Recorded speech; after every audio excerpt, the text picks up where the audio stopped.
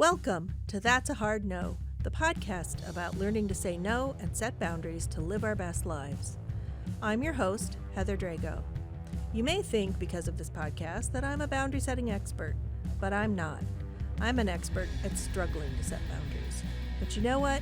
I'm working on it, and it is getting easier. Follow along with me as I learn from fellow strugglers and experts so that you too can start saying no without feeling fear, guilt, or FOMO. You don't know where to go. Unfriendly applications got you feeling low.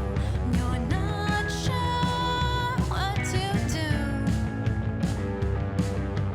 Weight of expectations is coming down on you. There's a phrase you should know. Tastes so much sweeter than hello. That's a hard no. Siri, what is CPTSD? Even the all-knowing presence hiding in every Apple Watch can't explain all the complexities of a condition like PTSD and its lesser-known counterpart, CPTSD. Deeply buried traumas can rise to the surface and bring mental and physical symptoms with them, seemingly from out of nowhere to affect the rest of our lives. CPTSD is a relatively new diagnosis, and we're learning more and more about it and its symptoms every day. Oftentimes, people's serious chronic health problems and pain can be unknowingly rooted in something like CPTSD. Who knew my fibromyalgia could be caused from the traumas of my childhood? I left this conversation feeling seen, and I hope you do too. Dr. Jenny King, assistant professor and co-director of the Center on Trauma and Adversity in the Mandel School of Applied Social Sciences at Case Western Reserve University, joined us to discuss what PTSD and CPTSD can look like for those experiencing it and for those observing it. She explains why boundaries are a common source of pain for those who have gone through traumatic experiences, how to treat and care for yourself, and important resources. Well, thanks, Jenny, for coming on. I'm so excited to talk with you. Thanks so much for having me. So I know that you specialize in CPTSD and PTSD, and I'm very curious to learn what the difference is between the two. So let's start there. Yes, let's start there. Okay. Try not to make this the longest answer in history. I think that, well, first of all, when we look at like the history and the evolution of post-traumatic stress disorder, PTSD, way back when, it actually started with Freud treating women for hysteria. History of PTSD. Are you kidding me? Siri. Well, you can see if I'm right or not. That's so annoying. How do I turn her off? Oh my gosh, I'm so sorry. That was so weird. It was so weird. Well, that's perfect because I don't want to start with Freud anyway. So tell us a little bit about the difference between the two. Sure. So, and I'll try not to fumble. PTSD stands for post-traumatic stress disorder, right? The C in front of PTSD stands for complex post-traumatic stress disorder. Okay. The biggest difference between the two, so post-traumatic stress disorder originally, because of some advocacy of groups that were supporting soldiers coming back from Vietnam, that was the time they were talking about shell shock a lot. I don't know if you remember that term. I do remember shell shock being a term. And a lot of the treatments for that were sort of inhumane and very much around like, can we rehabilitate this person so that they can be a member of society, rather than like, the things that they're doing and seeing are taking a major toll on them, right? So the idea of post-traumatic stress disorder kind of came out of that time and was really meant initially to describe the experiences of combat. So the aftermath of combat for soldiers who were coming back from war. After that, some feminist groups were also advocating for the fact that women who are in interpersonally violent relationships also have some challenges because of their situation. So I think what's cool about the sort of origins of PTSD is that it came directly from folks who were having the experiences. That said, It was really designed to capture the aftermath of experiences that are sort of like one time. So something like a disaster or a car accident, for example, a singular experience of abuse or violence, something that sort of has a clear start and end to it. And so the diagnostic criteria were aligned around that. But I think kind of makes a lot of sense for folks who've had experiences of trauma that are ongoing or repetitive or unpredictable in nature, especially if any of those experiences happen in the context of like a caregiving relationship or a close relationship, that can lead to a whole different set of quote unquote symptoms, issues that are not fully captured by the PTSD diagnostic criteria. So that is what complex PTSD sort of refers to. But unfortunately, from like a therapist side of things, it is not a DSM diagnosis. So there's still to this Really? day, Still, all the way in the 90s, there were groups really advocating for inclusion of either complex PTSD or at that time it was called DESNOS, which, let me think, disorders of extreme stress, not otherwise specified.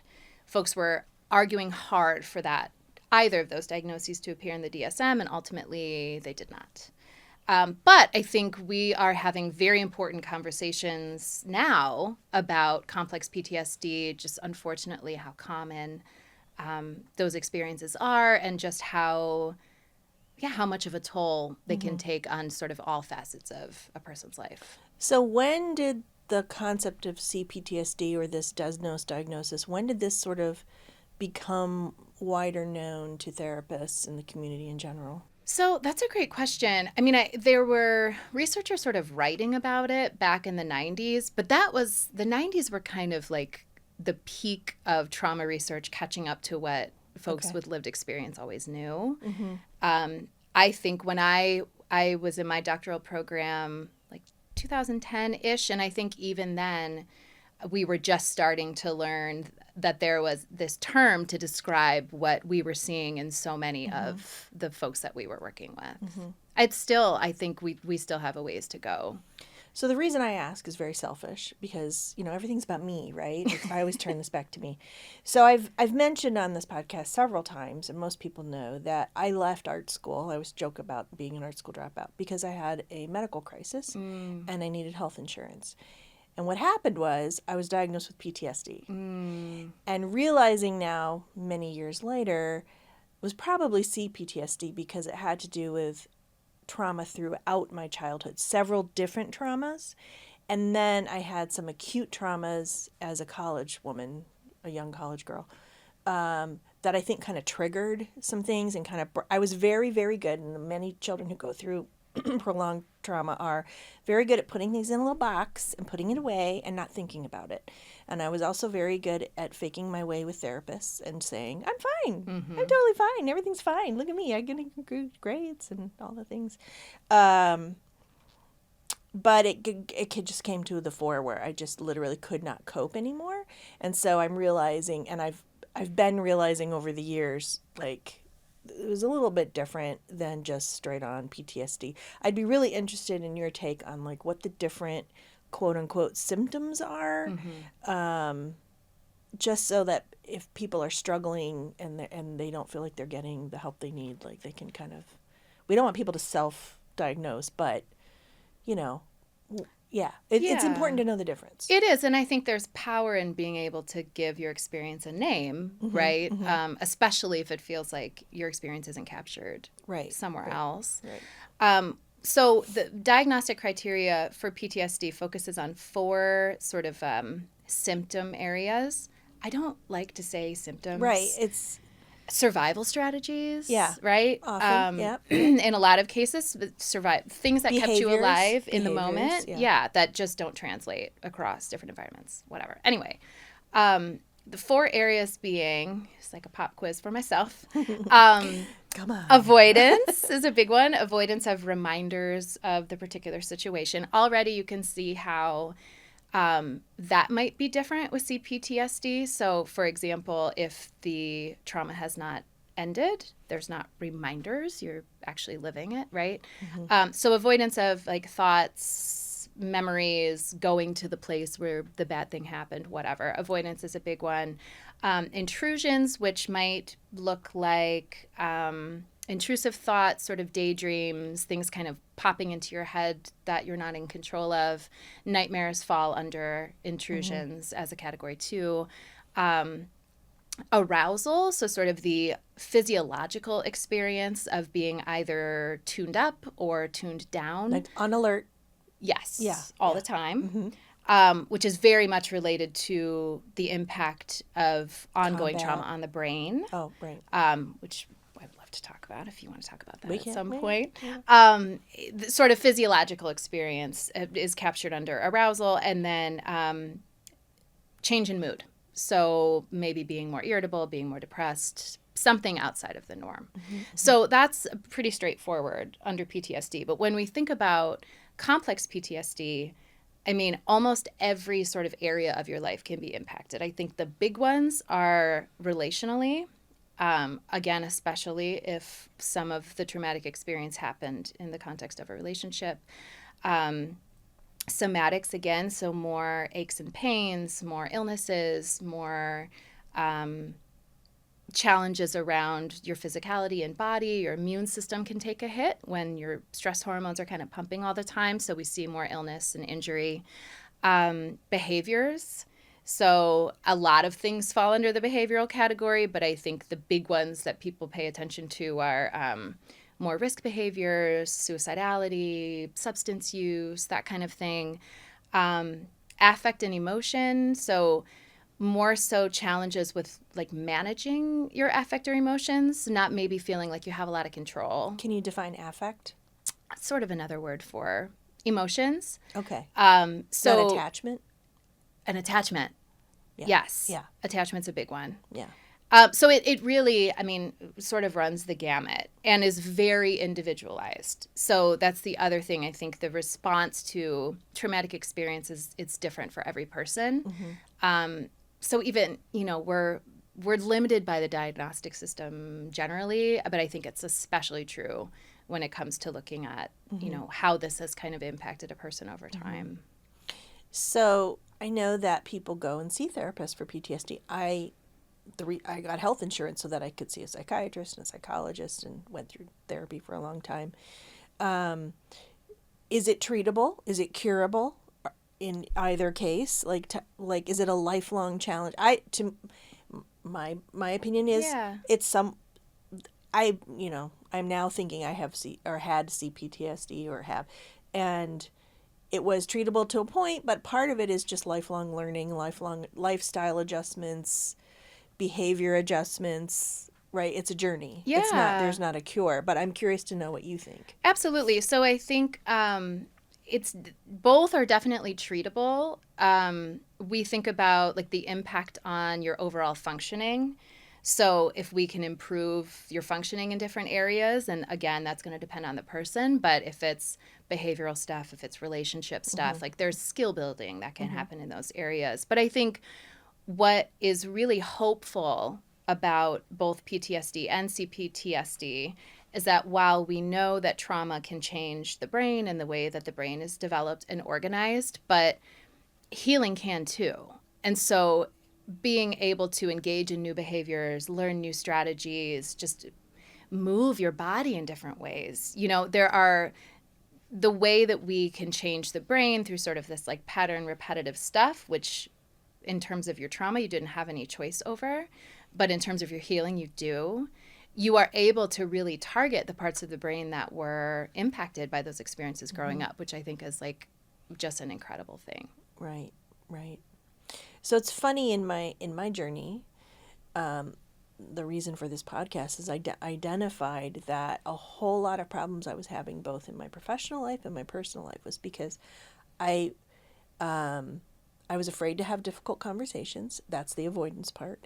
And I didn't understand boundaries, where I should set them, where other people should set them, when someone's really let loose and has crossed over a line.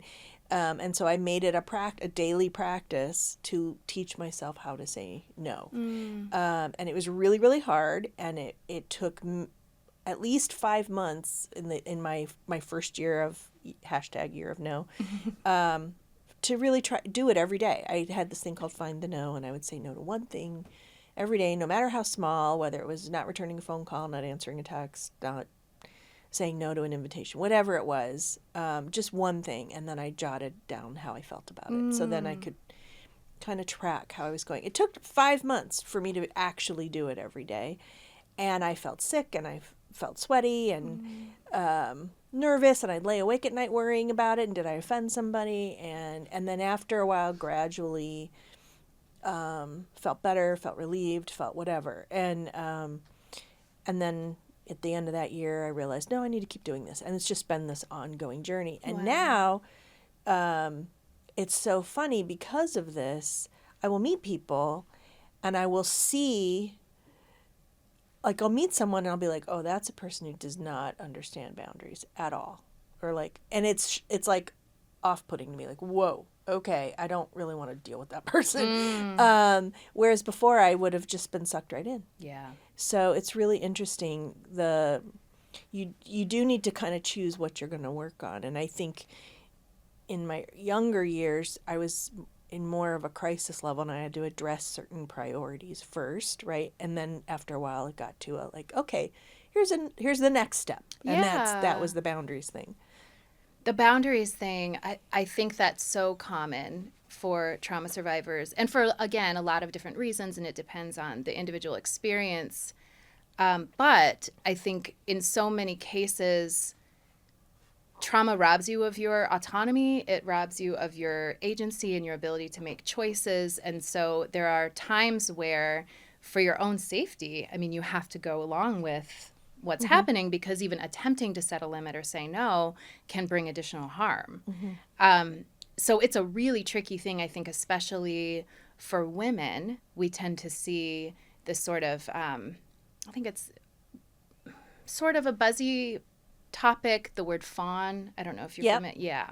So that fawn or appease, there are other terms for it too, but I think that's sort of, in my mind, like a dissociative sort of response that women will often employ, not consciously, but because that our nervous systems are brilliant and they will employ for us what's going to be the most effective in keeping us alive. And as women, again, not to stereotype or to speak so generally about gender, but the other trauma responses like fight and flight may not be most effective for us if we're not strong enough to fight back or if we're not fast enough to run away. Yeah. This is like our biology kicks in for us. And so if you have had a lifetime of that, of having to appease the people who are harming you, of course it's going, I mean, you have no practice around setting a limit. Right. Or I think the harder part for a lot of people is not setting the limit, but tolerating the other person's response to the limit that you've set. Yeah. Because again, that's scary, and your body remembers what that's like. Yeah. And I think we should take a minute and step back and say, there are different kinds of trauma. Yes. So, so some of it's not physical. Some of it is emotional. And like in my situation, I had layers of traumas going on at the same time as a child. And some of them were more like appeasing because I felt I had to take care of a parent at the time. Like they were not well. And so it was a matter of, as a child, if your parent isn't well, it's like existential, right? Yeah. It's like you're like, what happens to your world if your parent isn't okay? So, so I'm always the caretaker. I'm always the appeaser. I also freeze in a situation. A couple of years ago, and I talked about this early on in our podcast when my co-host Sarah Saunders, who's a therapist, was on, I had a situation where a client, we had a misunderstanding. He had different expectations than I presented. We just had a total miscommunication. And he proceeded to yell at me for an hour. Whoa. And I came down and I froze and I fawned to try to appease him and make him feel better. And And then it was a Zoom thing, and I got off, and I went downstairs, and I was kind of shell-shocked, and I said to my husband, this just happened. And he was like, why'd you let him go on for an hour? You shut that down. You don't let people yell at you that long. And I was like, oh, I can do that? Like, what? And then in hindsight, I realized, oh, I froze, and I fawned, and I tried to appease, and no, he was in the wrong, and then I took action, and I fired him as a client. And I was like, here's your money back. Don't talk to me that way. Don't talk to other people that way. But it was like an eye-opening event for me. Like, oh, I'm still doing that. Yeah. Because I don't know how to respond when someone's in this emotional state. Very weird. And I mean, I don't know. I think you give yourself grace around that. Oh, yeah, absolutely. For sure. Yeah. But it was so enlightening when my husband was like, an hour? You let him go on for an hour? You shut that down. And I was like, oh, what? Oh. How do we do that? That's what normal people do? So, yeah. They're so hardwired, they're so hardwired and so automatic. And it's really hard to change some of those behaviors. And also, we want to be able to tap into those when we need them. Sure. I don't ever advocate that, we completely get rid of a fawn sort of reaction or a freeze reaction. We want adaptive, flexible sort of nervous systems. We want to be able to access all of those trauma responses when we need them, but we want choice, right? We want to be able to consciously decide how you're engaging or how, at what point in that hour you catch yourself the next time, God forbid that happens again, but, it may not be an hour because you now have had this sort of corrective experience around it. Right. Okay, on that note, we're going to take a quick break, and we'll be right back. That's a Hard No is brought to you by Clever Girl Marketing, my full-service agency specializing in smart, strategic marketing solutions for businesses and nonprofits. Okay, so you're probably wondering, Heather, what's with the podcast about boundaries? Why not marketing? Well, maybe in the future, but for now, it actually does relate, so bear with me here. Smart marketing, strategic marketing, requires knowing what to say no to and why. Businesses and nonprofits get inundated with marketing options and offers every day. We help you cut through all that noise, focus on your specific needs, and develop actionable strategies that are doable and actually make sense. Whether it's websites, SEO, email, social, or traditional channels, we're experienced in all of it. So if you need help figuring out your marketing, visit our website, clevergrowmarketing.com, and get in touch. Welcome back, everybody. This was a fantastic conversation. I so appreciated Jenny's compassion and sensitivity and was blown away at her insights into my personal journey of healing. Listen into the next part of our conversation where we learned that progress isn't linear, that the patience we ask from others we need to ask from ourselves, and how neuroplasticity can work in our favor. Jenny, I'd love for you to kind of elaborate a little or define disassociate. I know we kind of bounce these words around and then I realize, oh, do I understand what that means? So can you explain a little further what that is? Absolutely. And this is one of my favorite topics because dissociation gets a really bad name. And even in the way that term does get tossed around a little bit now, and it's like many terms misused, I think, but also there's a really negative connotation. So to step back, a lot of the time we think about dissociation and that sort of like hypervigilance that we were talking about earlier as being opposite sides of a spectrum, when in reality, they're each kind of their own spectrum, right? So on the low end of hypervigilance, that may just be like kind of just always being a little bit more aware of your surroundings. I know a lot of folks who deal with hypervigilance like always need to be able to see the door, need to not have anyone behind them. Those kind of things are like one side of the hypervigilance spectrum, the opposite being maybe like a blackout sort of rage situation might be the opposite of that. Dissociation runs a similar spectrum where on the low end, dissociation looks like daydreaming. It looks like mind wandering. And it can be a really useful thing in terms of our memory and sort of consolidating our experiences. we don't actually pay attention to more than like 15 seconds of something before our minds start to wander, and that wandering is really important. As we kind of move down that spectrum, though, to where dissociation can be harmful, is if that's always your reaction, again, if you don't have control over when you are engaging in it, but the sort of intense episodes of dissociation may even be like fainting. That would probably be the most extreme example I can think of. But what's happening in the body during dissociation is really interesting. So again, when we think about hypervigilance, that's that like fight flight energy. So what are some of the things in your body that you might notice when you're kind of tuned up? Can you think of any of those types of physiological things? My heart's racing, Yes. sweaty, Yes. like a pit in the bottom of your stomach. Yes. Yes. Fear. Yes. Maybe, temperature rises, Yeah. blood's kind of pumping, the body is mobilizing. My legs going. Yeah. Yeah. Yes, a beautiful still leg today. Right. Today I'm calm. All calm. No trauma today. All of that kind of activation of the stress response, that's when the stress hormones flood, and we are truly, any system in the body that does not immediately lend itself to our survival is kind of shut down, and we are fully mobilizing around protecting ourselves, fighting or running away.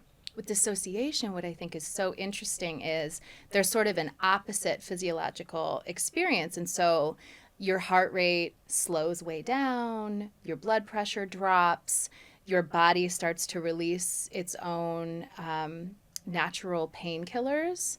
The idea Like behind comforting chemicals. Yeah, and comforting chemicals. Part of the reason for that being with a dissociative response, like we see more commonly in women and also in children, the body is actually mobilizing to protect itself against injury. So this is not something I'm going to be able to flee from or fight back against.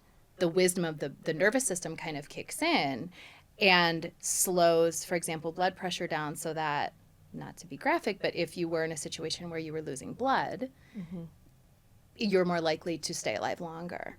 So I have great reverence for the wisdom of the nervous system and the brain and the body. And so that's another reason why I hate talking about symptoms, because it's incredible. That's so enlightening to me.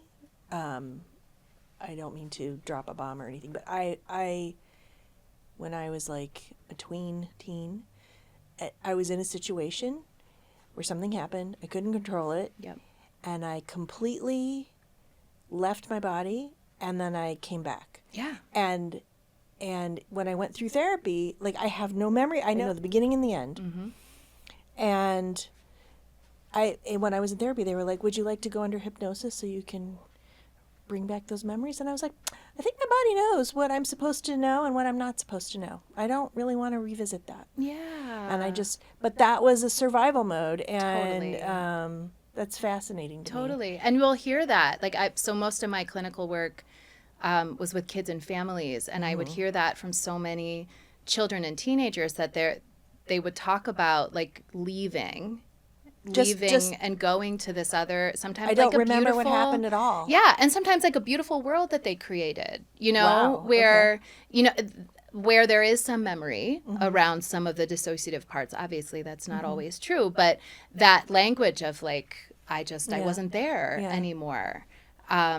It's a brilliant thing. It can be scary though, because there were a couple other instances as a teen where there really didn't seem to be a trigger. It just like I would kind of come to and be like, "How did I get here?" And I thought I was crazy, and it was embarrassing, and I didn't want to tell anybody, and it was kind of scary. Yeah. But now that you explain kind of what happens, and as an older person, I'm always kind of talking to my inner child and giving myself grace and all those things. Yeah. But it's interesting to me that it's such a strong survival thing that happens. Absolutely. It's really And I think explains a lot. we're all familiar with it to different degrees. So like people talk about highway hypnosis. Yes. Right? Like all of a You sudden get you're to just work at and the you're like, place. how did I get here? Yeah. I do not remember this at all. Yeah. That's like a minor dissociative Yeah. moment where So you it doesn't just mean we're maniacs. No, not Yeah, at all. yeah. Not at all. Okay. And most of the time, for most people, the reaction to an extreme stressor or a traumatic event is going to be bits of both. You'll have some dissociation, you'll have some hyperarousal. We're kind of moving in and out of both. I think like acute loss is an example of that, where sort of you'll notice the hypervigilance, hyperarousal if you're crying or you're, really emotional or you're yelling or whatever. But then you're also able to kind of go through the motions to do what has to happen next. That's kind of, I think, the most typical reaction is a combination of both. But again, if you've had repeated circumstances where your body is moving into that dissociative state over and over and over again, that's going to be its first option. Right? So you can become, we talk about like a sensitized stress response system, which happens because of these repeated exposures over and over again, oftentimes without really the time and space for you to kind of come back down to baseline. It's just thing after thing after thing. It's almost like a bruise or like a sunburn if you're a white person. Like all of a sudden it doesn't take much. It doesn't take nearly as much to kick you into either that sort of dissociative you're already place. tender. You're already tender. Yeah. What's interesting is when I went through my thing and it became clear I needed help, I had maintained the status quo and faked my way through until I went away to college. And I couldn't understand why. I've been dealing with this. I thought I had this nailed. I'm fine. And then I was away from my home. I was on my own. I was a young adult. I was in a different environment. And everything started to fall apart. And my therapist explained to me, it was like, it was safe for you to feel the feelings now. Yep. And so I'd love for you to talk about, people who feel like they've held it together all this time and I don't need help. Do they really? What are some signs that they might need help and how to get help and what are the resources available? And those who feel like things are starting to fall apart, again, how do they get help? What are resources? Like, what are the signs that, you really should talk to someone about this? Yeah, I appreciate you sharing that. And I think that experience is really common. There's a saying, you can't heal in the same place that made you sick, right? And so part of that falling apart, I think, can be the beginning of facilitating a healing process. But it's also really scary and overwhelming. I was hyperventilating. I had to have a paper bag on me at all times because I was hyperventilating. It was rough. It takes that amount of, I think of that as masking, right? You were masking for all of those years. That's also exhausting. That's totally exhausting. Yeah. So, and I mean, then, having physical issues, autoimmune issues, those types of things are so common too. Because you're under stress, Exactly. You're under lock and key all the time. Exactly. Yeah. Your body can't be flooded with that stuff all the time and think there's not going to be sort of an impact there. Right. I think it's again, it comes back to the individual. I think keeping an eye on those sort of areas of functioning. So were you able to get yourself to classes? Were you able to have quote unquote healthy relationships? Were you able to sleep? Were you eating normally? Like my guess, without getting into it, is that for some of those would be no's, right? Oh, yeah. So having an understanding of sort of your baseline and when you are veering off from there. Again, knowing that your baseline may not be your true baseline. That's sort of your masking baseline. Yeah.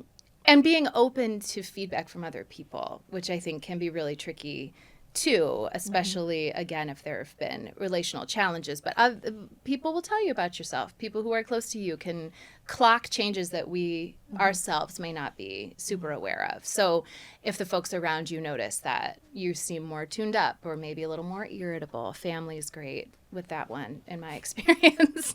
Kids especially are quick to spot when we're a little bit more irritable. But and the physical stuff, so keeping eye on sleep, on appetite, on illness. Are you getting sick a lot? Are there more aches and pains? Things too that maybe popped up at some point, but you thought you were healed around, and then all of a sudden you're having sort of the same issue come back up again, and that can even just be physical.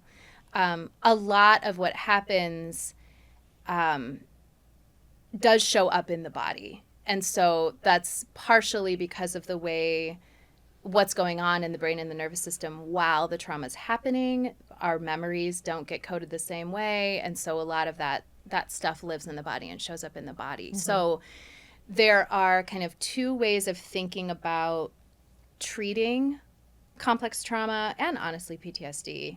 One being sort of a top-down approach. And what that means is you're attempting to target sort of the uppermost parts of the brain, our smartest parts of the brain, where our logic lives and reason and problem solving and all that. Our big, beautiful cortex is sort of at the top, to oversimplify.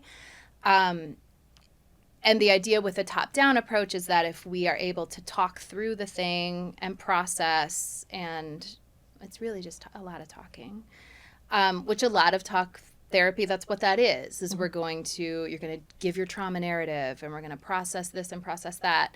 And for some folks, that's excellent, and that's what's needed. But for other folks, what we tend to see in a lot of trauma survivors is that cortex is the part that develops last. And if there's been an impact on the way that your brain developed and is organized, your cortex may not be as strong as would be needed for that to be an effective approach. Mm-hmm. And what actually needs to happen is that you start at the bottom with those more reactive parts of the brain. The emotional centers. Yeah, and the survival stuff. So okay.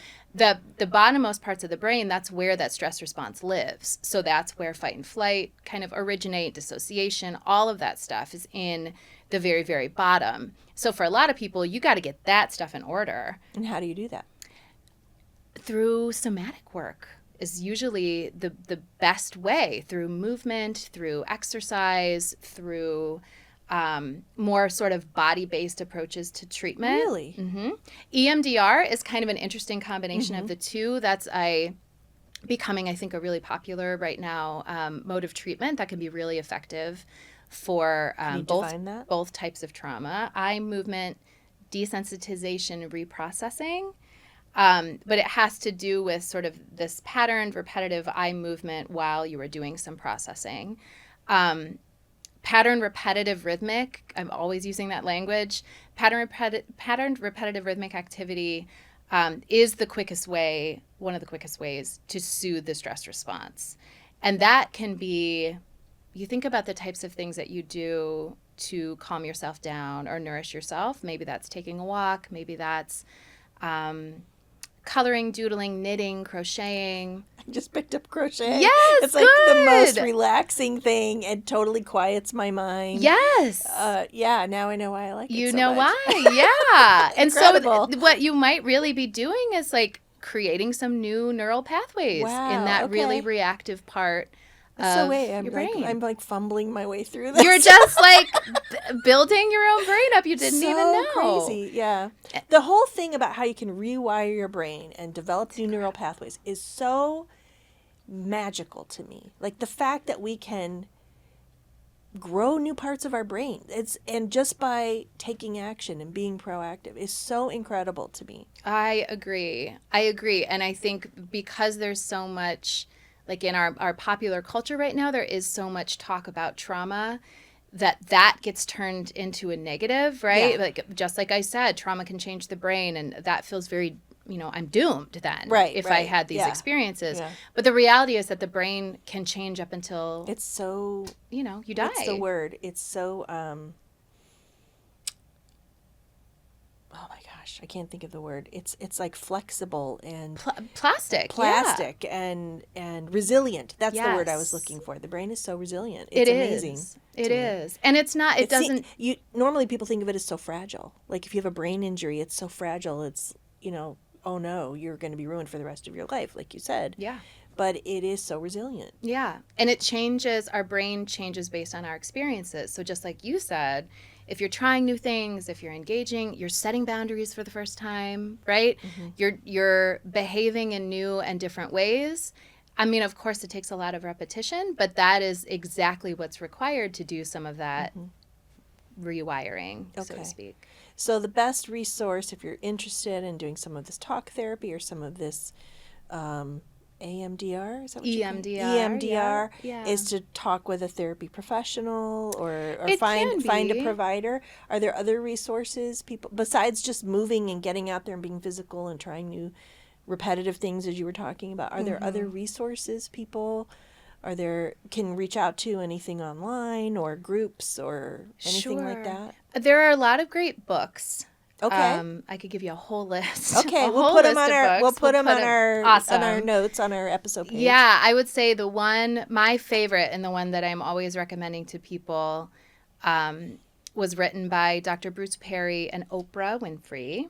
And Dr. Perry is who was trained in a lot of this stuff from. He's a brilliant neuro guy, but also just makes all of the information very accessible. It's not too heady and jargony. But they wrote a book called What Happened to You? And it's a conversation between the two of them for the entirety of the book. It's just a back and forth between the two of them. Interesting. Talking about her experiences and her upbringing and him kind of contextualizing what she's sharing in terms of how we understand the brain and healing. That's a great one Wow, to okay. start with. I will say The Body Keeps the Score is... Hold on. We have someone dancing. We have someone off dancing, camera. and I'm so Apparently sorry. they like this book. I'm so sorry for what I'm going to say next. That is not one that I recommend to somebody who is just getting into. Wow, wow. I'm so sorry. Yeah. What's the That womp womp womp sound. So it can be a useful book. It is very academic. It is also not written in what I would think of as like a trauma-informed manner. Okay, the person that was excited is now nodding. So Okay. we're on the same page. Okay. Reading it can be a stressful experience, and it's very heavy. I think there are other texts like the one I just mentioned that break down some of the same information about the impact of trauma on the body in a way that's not as activating and just a little bit easier to digest. Okay. Because some of the other treatments for folks, it can be massage therapy. It can be, body work and energy work and that kind of stuff too. But yeah, I've got a lot of other books I can recommend. That's great. We'll put them on our episode page. So let's say you've reached out, you're getting therapy, or you're mindfully being proactive and taking on some new activities, or you're being thoughtful about setting boundaries and dealing with your CPTSD.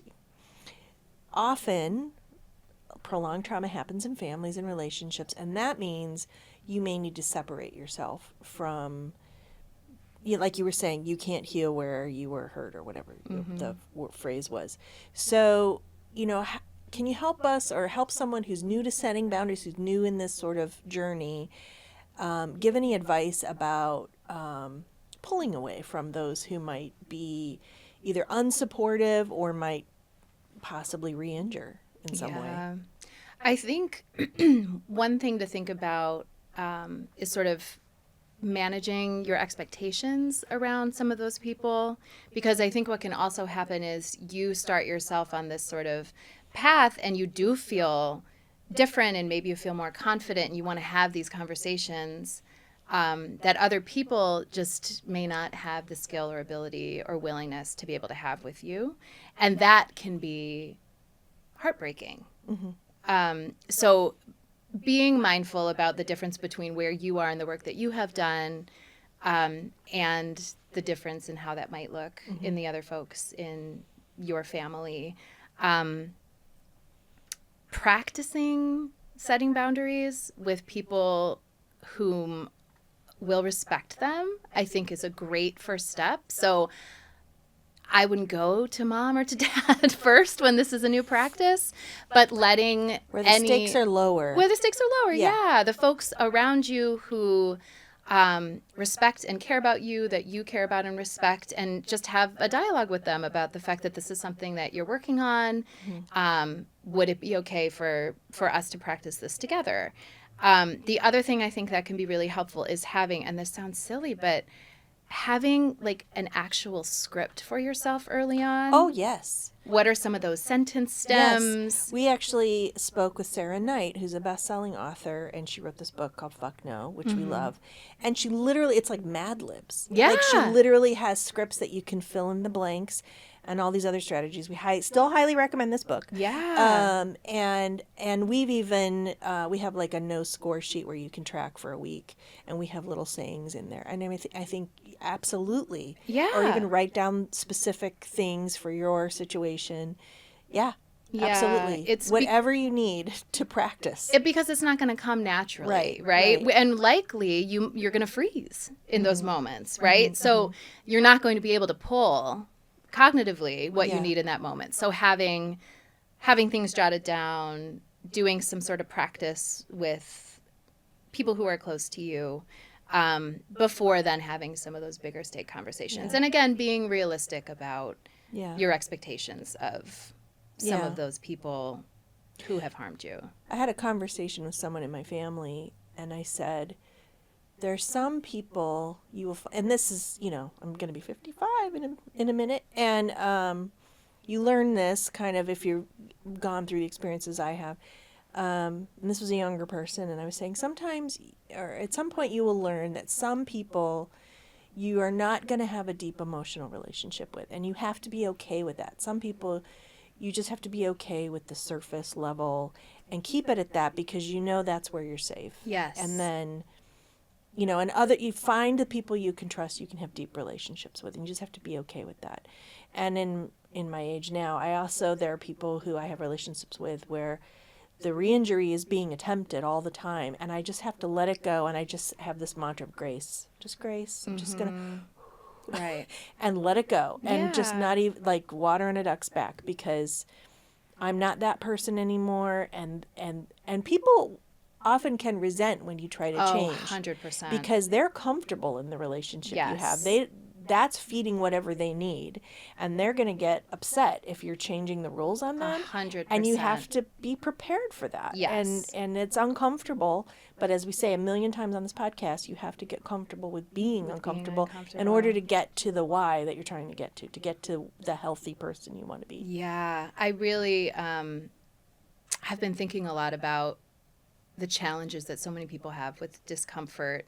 That also, I think that's a cultural thing, and I think that's especially a problem for white folks and white women particularly, because the world's kind of built around our comfort, and so we don't, in a lot of cases, have practice around being uncomfortable. So I would even say not just white women, but like anyone of privilege. Yeah. Oh, yeah. Right? Like, yeah. oh my goodness. Yeah. That's what we seek all the time is comfort. 100%. Yeah. And so we just don't have muscle around that. But I think even reframing the discomfort from a place of curiosity, like, ooh, what do I get to experiment with here? Right? Yeah. Like this is What's interesting to me. What's going to happen? Yeah, Can yeah. I be curious and kind of playful about the discomfort rather than like, this is an assault on me and I can't tolerate it. But I think what you were saying was important about understanding who are the people that you have in your life that can offer you what, right? Is it going to be deep emotional connection? Is this person not going to be capable of meeting my needs in that way?